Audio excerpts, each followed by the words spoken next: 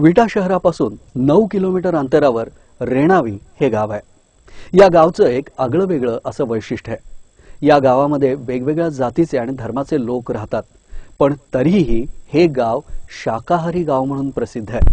पाहूया या संदर्भातला सी न्यूजचा हा एक खास रिपोर्ट। रेणावी गाव हे सर्वधर्मीय गाव म्हणून ओळखलं जातं। कराड विजापूर रस्त्यावर हे गाव आहे। रेवण सिद्ध देवाचं पवित्र ठिकाण आहे।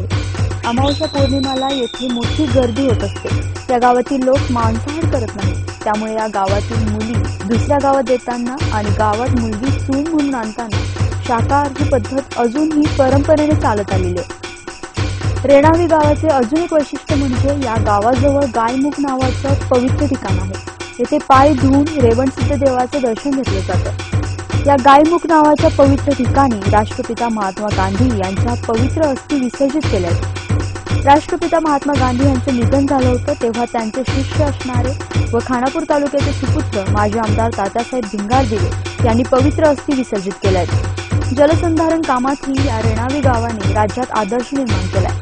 तत्कालीन जिल्हाधिकारी मनीषा म्हैसकर यांनी या गावाचं कौतुक केलं होतं। संपूर्ण महाराष्ट्रात शाकाहारी गाव म्हणून रेणावीची ओळख आहे। आमचा पश्चिम महाराष्ट्रात आमचा रेवणसिद्ध हा फार प्रसिद्ध आहे, जागृत आहे। येणाऱ्या भक्ताला देव पावतो, त्यामुळे लोक भरपूर येतात इथे।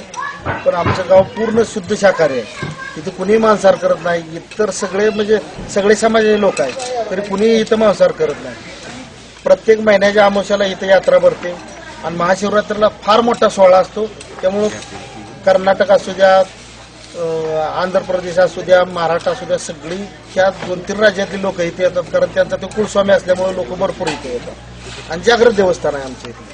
आपण या मंदिराचे ट्रस्टी आहात। या मंदिराच्या जीर्णोद्धारासाठी किंवा मंदिराचे आज काम जे होतंय आता, या कामासाठी आणि या देशाच्या कानाकोपऱ्यातील भक्तांनी या मंदिरासाठी आतापर्यंत तुम्हाला कशा पद्धतीने मदत केली आणि तुम्ही या मंदिराचे पावित्र्य कशा पद्धतीने जपता, याचं थोडंसं आम्हाला।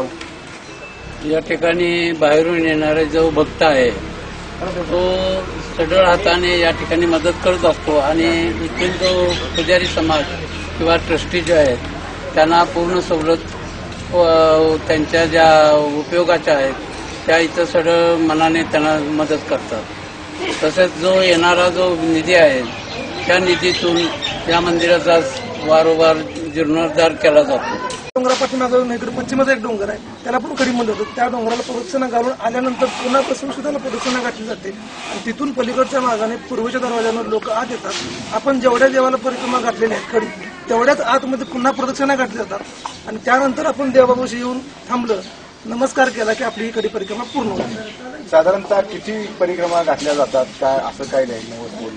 त्या लोकांच्या इच्छेनुसार असतात। सर्वसाधारणपणे भरपूर लोक प्रदक्षिणा घालतात, काही लोक तर असे की अगदी 100 प्रदक्षिणा सुद्धा घालतात आणि महिन्यामध्ये। एक परिक्रमा घालायची म्हटलं तर त्याचं अंतर कमीत कमी किती असतं? सर्वसाधारणपणे पहिली परिक्रमा करायला सुरुवात जर केली तर सर्वसाधारणपणे 3 ते 3.5 किलोमीटर अंतर। एका परिक्रमाच्या अंतर 3.5 किलोमीटर।